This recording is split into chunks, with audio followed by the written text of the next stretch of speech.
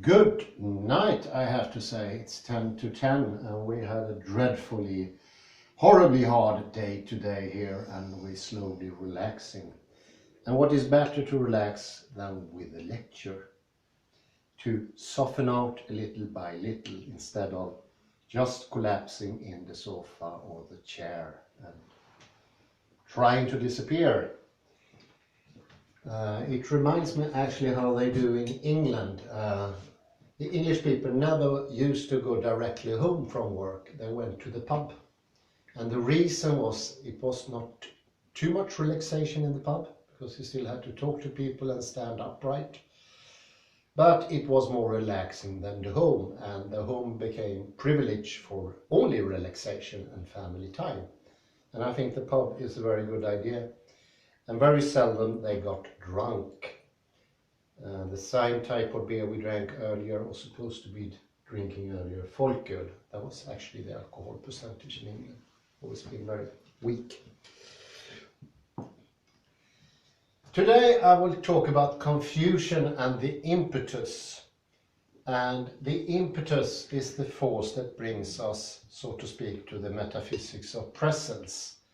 This lure of absolute presencing and existence. We are talking about the ontic move in contrast to the ontological.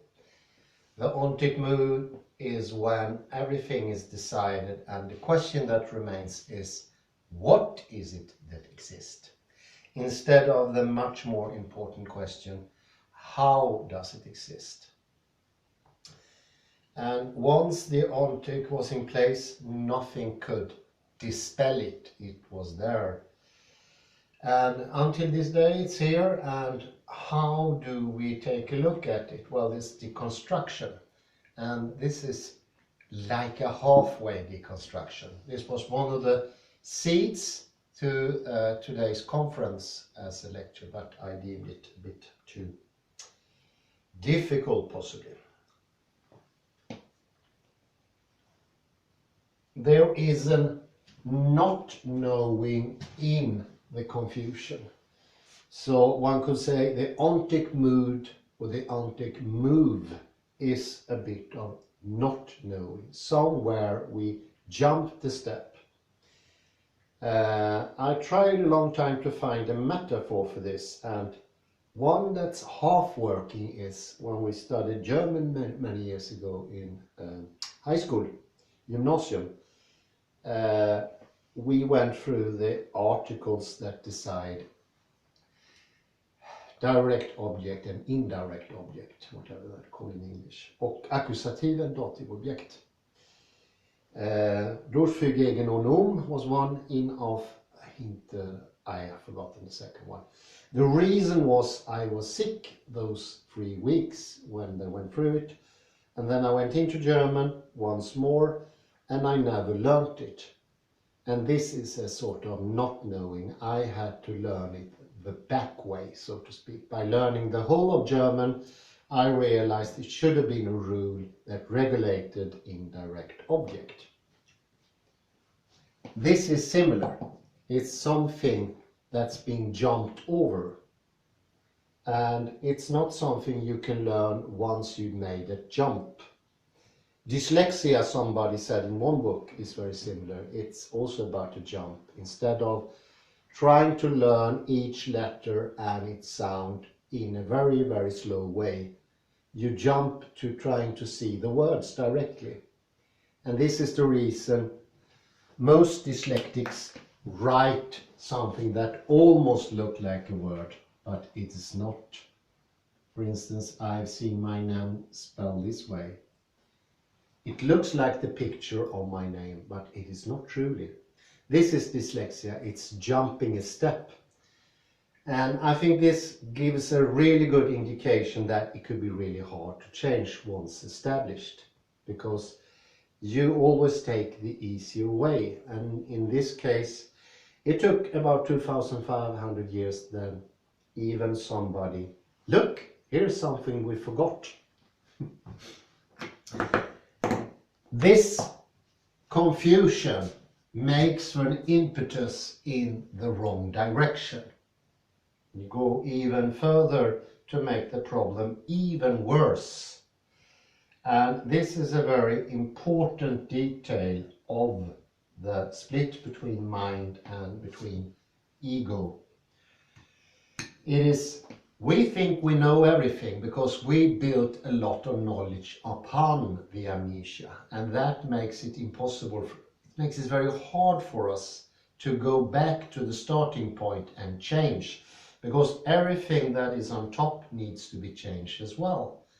And of course, with millennia of knowledge, and on top of that, my own very important knowledge, which I deem to be very, very dear and precious to me. I won't let that knowledge go. And also, it's very important in contrast to other people. It makes you maybe more powerful than other ones, and you cling to it even more. That is from the perspective of the self, but also from the whole civilization. How can we go back when we made all this and we produced all this other knowledge? But we have to go back. And one of the things that makes it even harder is that we always already feel the lack, and that's why we're striving for presence. Presence becomes an obsession. And this metaphysics of presence was first pointed out by Heidegger, but later taken up by Merleau-Ponty, Jacques Derrida, I would say indirectly Foucault as well, Georges Deleuze without a doubt. And it is a weird thing, it's very typical, and all people bar none is sharing this lust for the presencing, because in the presencing the objects comes into existence. And once you see the objects, which is a construct of the simultaneous split, you become attached to the objects. This is how you think. And I think this thinking aspect from especially René Descartes is very clear here. He made an equalization between his thinking and the things around him. How is it so? Well, he didn't say his self was his highest thing. It was his thinking. And thinking is reflection of what's around you. So for him, thinking was something, I would say, passive. He looked around and thoughts came to his head. He was sitting by himself and he just looked at the incessant bead of thoughts coming up like a chain. One chain following the other chain, following the other chain, and that happening every day in all your life. And you start thinking, that is me. And this is the confusion of the mirror.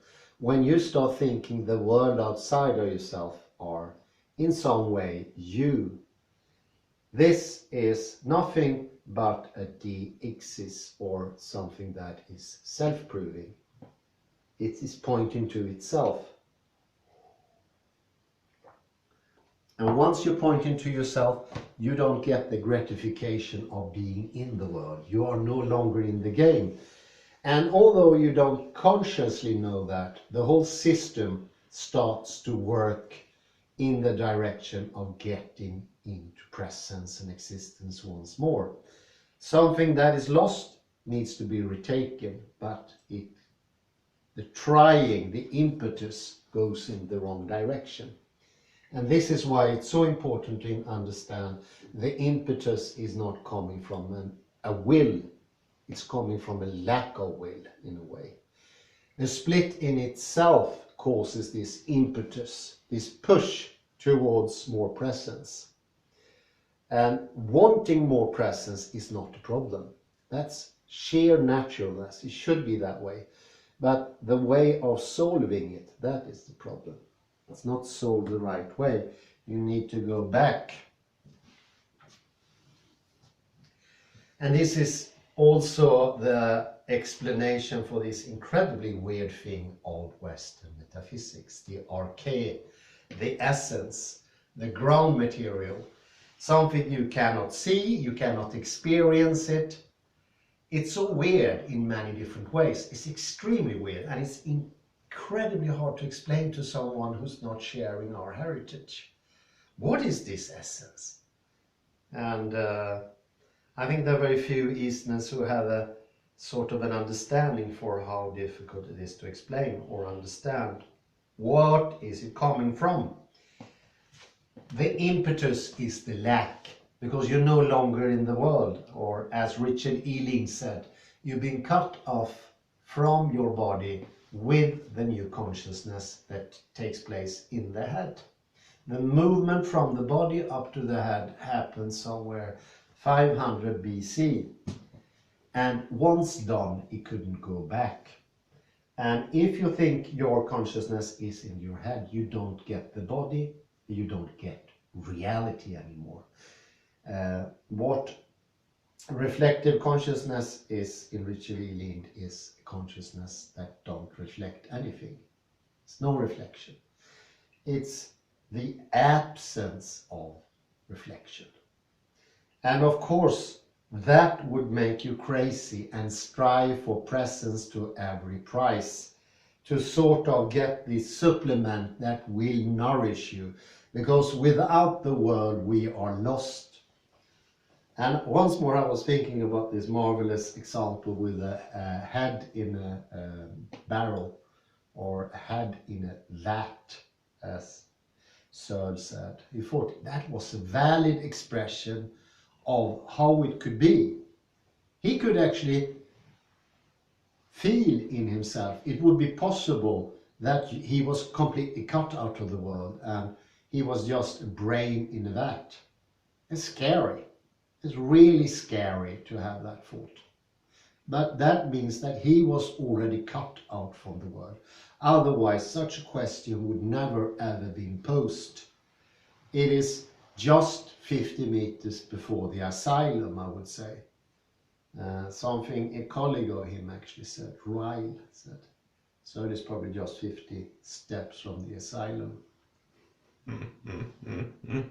It is more weird than meets the eye, so to speak.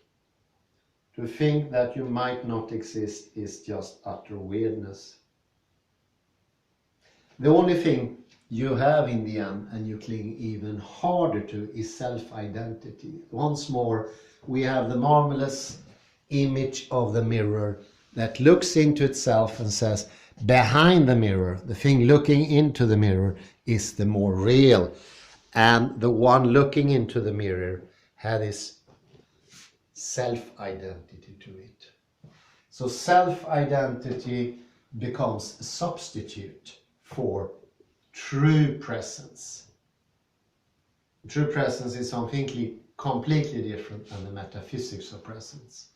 True presence is something that is achievable, and that used to be the case before 500 BC, 600 BC, or somewhere in that vicinity. We used to have it, we lost it, and we forgot we lost it, and we start looking in the wrong places. It's not the search that is the problem. It's we looking in the wrong place. We should search for it. We need it. It's not nice to be a brain in the vat. No, it's not. It's just horrible. I was absolutely shocked the first time I heard this example. I thought it was completely ridiculous. But I didn't have the verbal argument to complain about it. I just said, how does it mean? And Torbjörn Tännsjö at that time said, it's completely clear.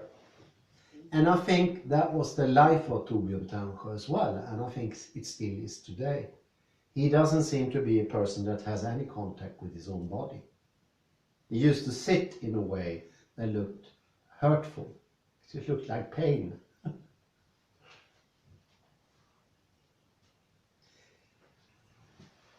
And there is another aspect of the whole thing. Once the ego gets detached from the world, it has nothing to compare itself to. It has no training method. It is like training football, but you don't have any colleagues to train with, and you don't have any combating team. It's just you. What will happen to a person that doesn't have anyone to play with? Well, that person becomes a megalomaniac. And this is what I call the Narcissus of the ego. It just looks for self-identity and self-aggrandization. It wants to make itself better. It says it has knowledge of everything in the end. And I think this could go well to explain what Paul Feyerabend saw as the conquest of the world. It's this completely nutcase ego that wants to say that he understands everything. Beforehand, before reality, he knows everything about everything. And if there is a little bit he doesn't know about, it's just a matter of time. Now we'll have that too. This is pure lunacy. It's megalomania. And it's ownership of, like taking things in, put them into a storage of some sort, like this cabinet. And you say, here I have the knowledge. Like that friend of mine who want to learn all of the encyclopedia, starting with A, going to Z. It's actually Henry. The other one, the other Henry. Yes, the other Henry. Why do you do that? It wasn't to train his head or anything. It was just, if he had that book, he would have, those books, I have to say, he would have all the knowledge in the world. What lunacy. It's not true. He wouldn't have any more knowledge than he had before. He would have some specific knowledge about specific things in specific relation. But it wouldn't make him wiser, it wouldn't make him knowledgeable. So he would live a life that is fuller, more rewarding, and would give him beneficial results from his plans and action. It doesn't inform anything. And I would say there is a complete change in knowledge somewhere in the 18th century. Ian McGilchrist also points that out in his new book. And the change is toward a knowledge that some people, Schelling called it not knowledge. He called it Einsein in German. Something that doesn't give anything, just words. And this is this renaming of things. And you say, once we rename something, we learn a new thing. And then you continue to rename the same things. And you do that over and over and over again. Who wrote Schelling? Schelling, German philosopher. Schelling. Schelling.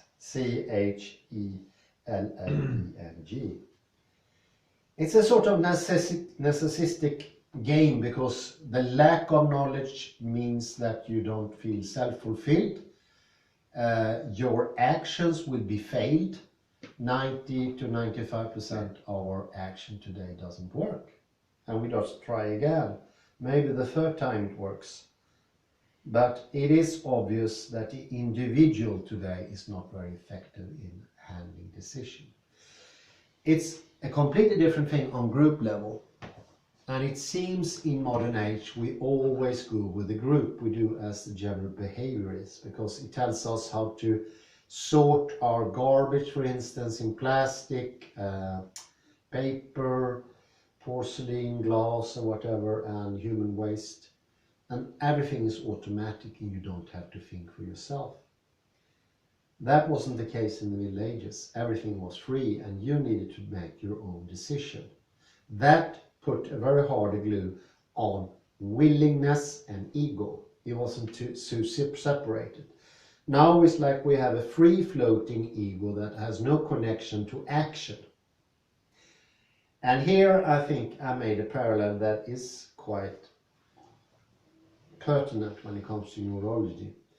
Until 1970s, late 1970s, early 80s even, we had no idea about the most important function of our brain, the prefrontal cortex. Is that part of the brain that sees to that things get done. The activation part of the brain. We thought earlier it was enough to make plans, have information, discussing those things, presenting those things, but it's not the case. Where things become executable is not in the planning situation. It is in the prefrontal cortex. And it was ignored until early 80s, even mid 80s. Now we know it's the most important detail. And if we don't have it, if you're lobotomized, you will not be able to perform any action at all in a sequential and good manner. And just the very fact that people ignore this part of human existence earlier shows they deemed it not very important. Not important at all. Actually, in most East Asian languages, Hopi language, most African language as well, planning and what is called executing, which doesn't mean doing anything with your hands or your body, are two separate words. But in English and Swedish, I think German as well, it's the same word. And I think that those two things are the same word means that they don't know the difference. And maybe this is one of the most important differences. That's between planning and the executing power of the frontal lobe. I would think if we were to compare a brain from the Middle Ages with the modern brain, we'll find the modern brain not so developed in this area, the executing part, because we don't have to execute any new plans. And that means that we usually go by old habit. And the planning we think we do is just repetition of all things that we already experienced once. And we need the world to play out in the very same way, which is completely ludicrous. This is the impetus of a presence. The presence we are looking for could be said to be some past when everything was perfect. So it's a sort of looking into the past without acknowledging the past. Past is still a sort of evil. And this complete lack of knowledge of body being a brain in the that is the impetus. You want to get out somehow. You want to go to that place with full presence. And you're willing to do anything to get there. Anything. It's like you are stuck somewhere with your arm and you start gnawing it off because you want to get rid of it. And I think that it was so aptly described by a compatriot to Voltaire. I forgot his name, he was a Frenchman. Somewhere in the 1970s he wrote that people nowadays are so desperate to have some fun or some life to themselves, they're willing to do anything.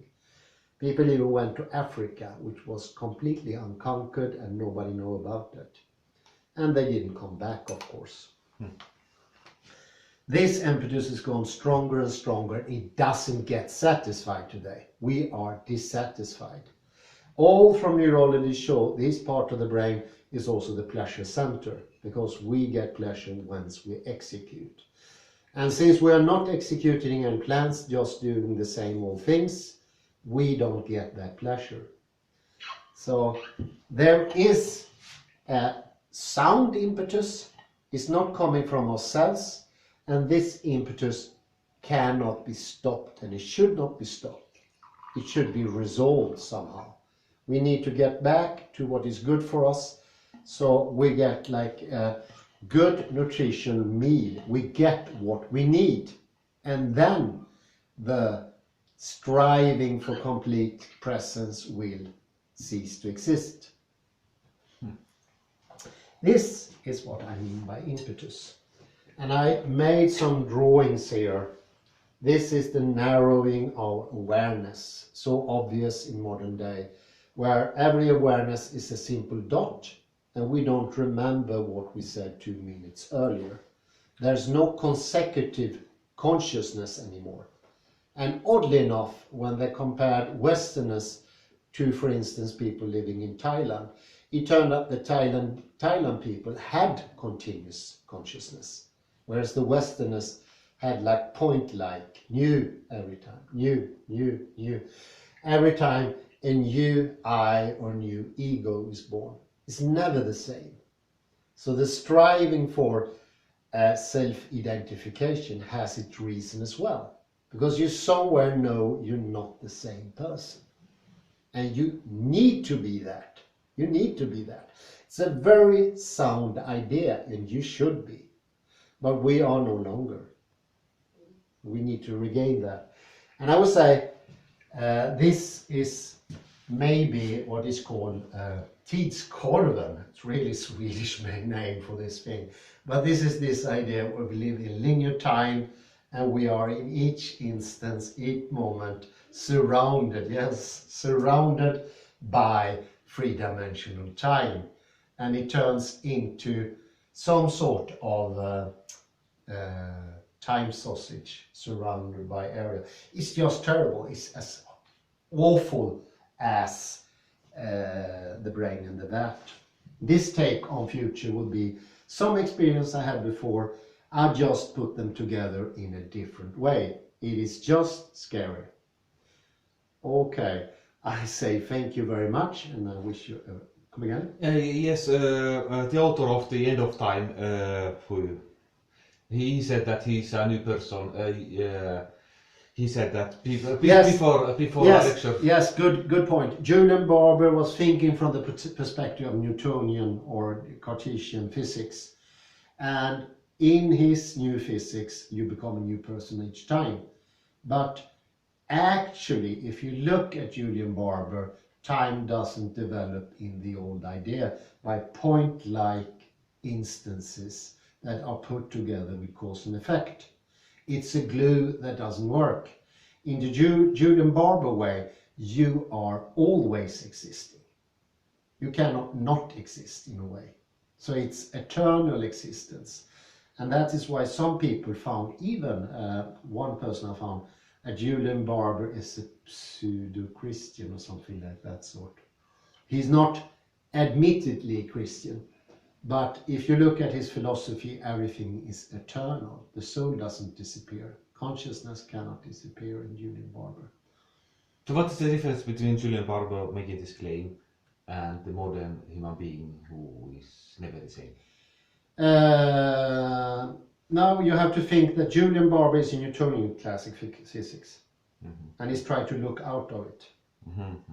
So he's talking to people who are still in Newtonian classical physics. All his audience is that.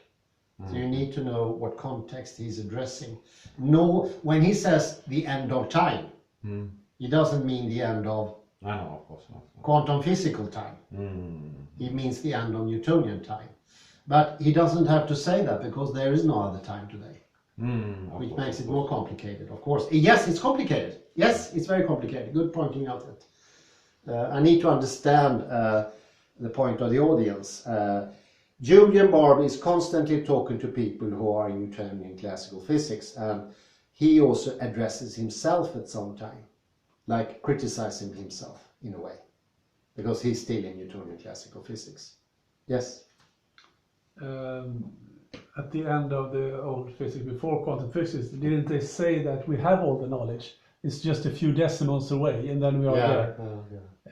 So I think that's also a very good point, because in a way that system had the internal feeling of being completely consistent and non-contradictory, which they thought was a good thing. They thought it was a good thing. This star, put a star on this. This is very good. In quantum physics, that is the bad thing. So what they thought, we are getting close to the end of physics. They weren't, of course. They weren't. That's another question. They weren't coming close to the end of physics, but they still thought it was a good idea if it were possible. In quantum mechanics, they don't think it's a good thing. It's just the worst. As with Gödel, the beginning of 19th century, they had this Paris conference, 1900, and they thought it would be a good idea if mathematics was non-contradictory and consistent. It is not. It's a horrible, horrible idea. So remember, the impetus doesn't put you into the right direction. And taking away the impetus, that wouldn't be a solution either. So that if you don't sort of cling into the idea you want full presence, you just go nuts in a second. You need full presence, you deserve. But this won't get you there. And a non-contradictory, consistent mathematics is a mathematics that cannot develop anymore. It's a complete system. It has all its laws, but it's an impossibility as well. It's also impossible. So it's like dreaming of like I had a complete. I take some drug and I had this. I think it's a nice dream, and I dream about a prison I can never escape, and I have to live forever. And I think it's a good idea. It is exactly that.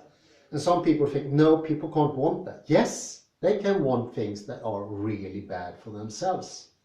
Thank God this thing wasn't possible. I think this is a good time to end. I say thank you very much.